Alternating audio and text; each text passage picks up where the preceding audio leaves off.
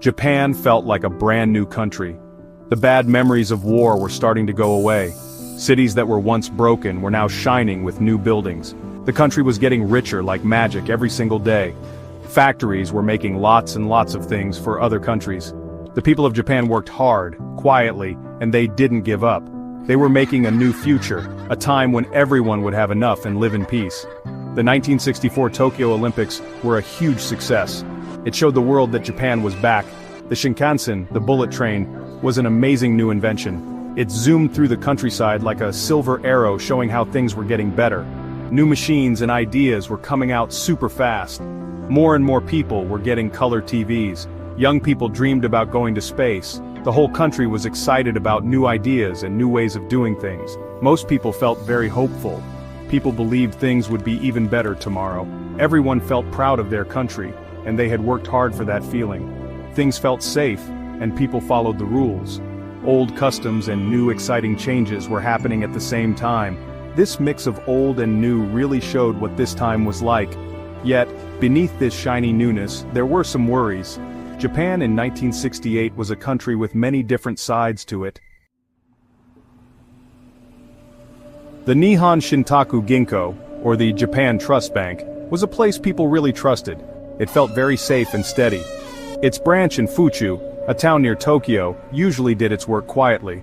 Most days they were pretty normal, just the usual bank business. Customers came in and out, money was counted, kept safe, and moved around. It was a really important place for the local people. Not many people would have thought a clever bad guy would try to rob it. The bank helped people feel safe, especially when so many things in the world were changing fast. The manager of the bank was a man who took his job very seriously. He looked after everything that happened at the bank very carefully. Then one day, a strange and worrying letter came. It wasn't for him, it was for the bank itself. What was inside was really scary. It talked about a bomb, and it asked for a lot of money. The manager got that tight, worried feeling in his stomach. He knew this wasn't just a silly joke. He had to take it very seriously. He quickly told the local police about the scary letter. The police listened to him. They gave him some advice. Maybe it was just a trick, they said. But then another letter arrived, and then another one. The letters started sounding more serious, like they really meant it. They started saying exactly what bad things they would do, and they kept asking for the money. The manager got more and more worried. December 10th, 1968 started out as a cold, gray day.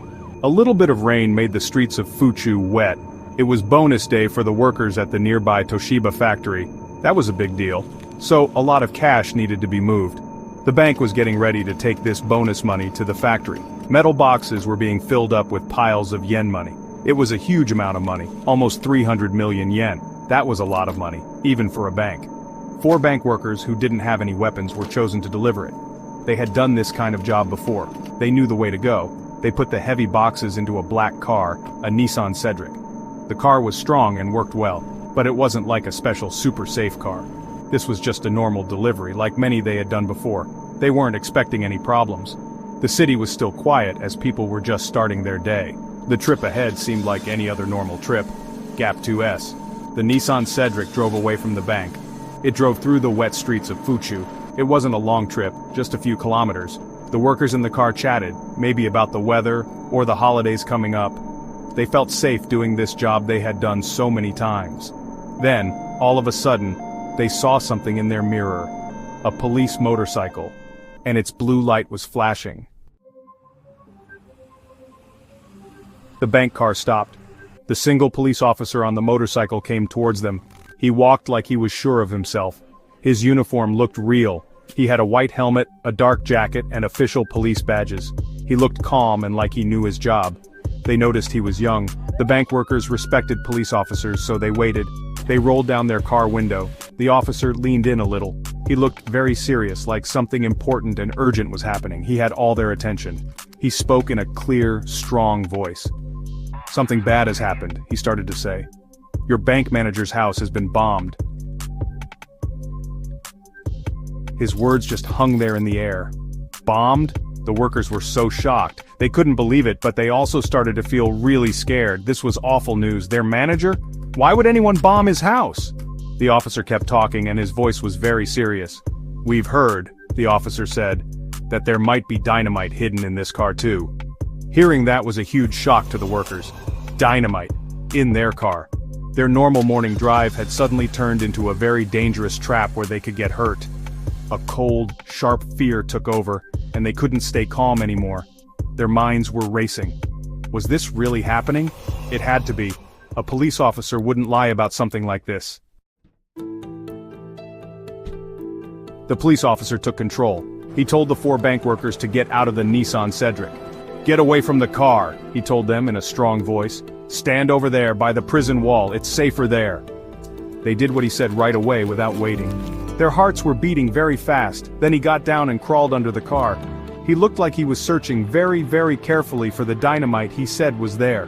The workers watched, too scared and worried to move. Every second felt like a super long time. All of a sudden, bright orange flames and thick, sharp-smelling smoke started pouring out from under the car. The officer quickly crawled out, shouting, "It's dynamite! I found it! It's going to blow up! Run!" Panic erupted. Seeing the smoke, smelling it, and hearing the officer shouting, it all felt so real. The bank workers were sure the car was about to explode, so they turned and ran away. They ran as fast as they could to find a safe place to hide. All they could think about was getting away from the explosion. They didn't look back. They didn't stop to think where the smoke was really coming from. Because they were so scared, the thief's clever trick worked perfectly. Of course, the smoke wasn't from dynamite, it was just from a simple flare, the kind people use if their car breaks down on the road. Something cheap that anyone could get. The sharp smell of the smoke started to go away, but there was no super loud explosion. Carefully, the bank workers came out from where they were hiding. They looked to where their car had been. It was gone. The police officer was gone. The metal boxes full of money were gone.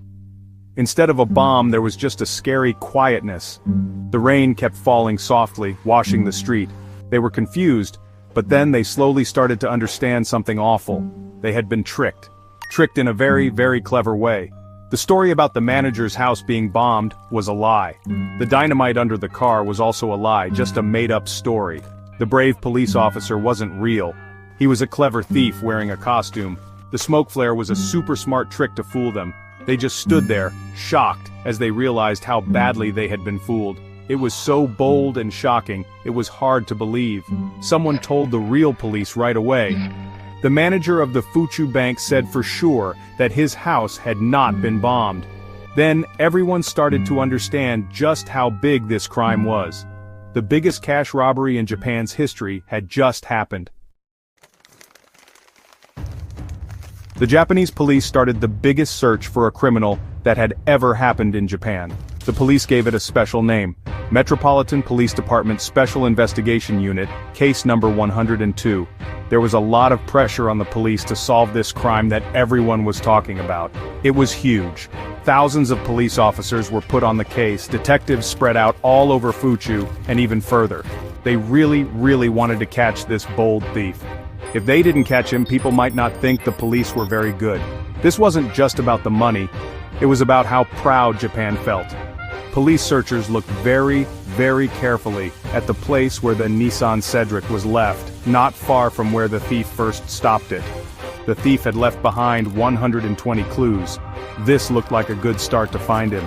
But these clues turned out to be things just to trick the police and send them on the wrong track. There was a stolen police motorcycle, the fake uniform, and the smoke flare. Many of these things were normal, everyday items, picked on purpose so they couldn't be traced or would fool the police. The thief had planned how he would get away and what the police would do next very, very carefully. He thought of everything. The 4 bank workers described the officer, and from that, a drawing was made of his face. The drawing showed a young man who looked neat, wearing a police helmet. This drawing was put up on posters everywhere, in police stations, post offices, and other public spots all over Japan. Newspapers and TV shows showed the drawing a lot. "Have you seen this man?" people were asked. Lots and lots of people called in with ideas, thousands of them. But did the drawing really look like the thief who was so hard to find? Or was it just a face that could look like anyone? The search for the thief became one of the biggest and most expensive in Japan's history. More than 170,000 police officers and workers ended up being part of the search. The list of people who might have been the thief grew to over 110,000 names. Detectives worked super hard, without stopping, checking every single clue, even tiny ones, yet it was like the thief had just disappeared into thin air. He didn't leave any useful fingerprints. When a big crime happens, the police often first wonder about the people who were close to it. So of course the police asked the bank manager lots of questions, since he got those scary letters. Could he have been part of it? The police always think if maybe someone on the inside helped. But the manager had a good reason for where he was, and there was no proof connecting him to this super carefully planned robbery. Soon, the police started looking at other people. But being questioned at first must have been very hard for the manager, who was already so worried. One of the main people police thought might be the thief was known as Boy S. His real name was Shoji Takina. He was 19 years old and his dad was a motorcycle police officer that people respected. The fact that his dad was a policeman was very interesting. He looked a bit like the drawing of the thief. People knew he hung out with some young guys who sometimes got into small trouble. Very sadly, 5 days after the robbery, Boy S died. He took a poison called potassium cyanide. The police said he killed himself. Many people thought he was the thief and that he took his secret with him when he died. But there was no real solid proof that it was him. Another person the police looked at very closely was named Sato Yoshiro. The police knew him because he was a good driver and knew some people who did bad things. When a crime uses a getaway car, police often look closely at people who are good drivers. Years went by, and then 10 years had passed. The 300 million yen robbery was still not solved. All the busy searching at the beginning slowly started to calm down. But people in Japan never forgot about this case. It became like a famous Japanese story, one that people told over and over. The thief became like a legend. People thought of him as a super smart bad guy who was cleverer than all the police. He was like a ghost, a big mystery. The money, all 294,307,500 yen, was never found. It disappeared, just like the thief did. In December 1975, 7 years after that very bold crime, something important happened because of the law. In Japan, there's a time limit to charge someone for robbery. That time limit ran out.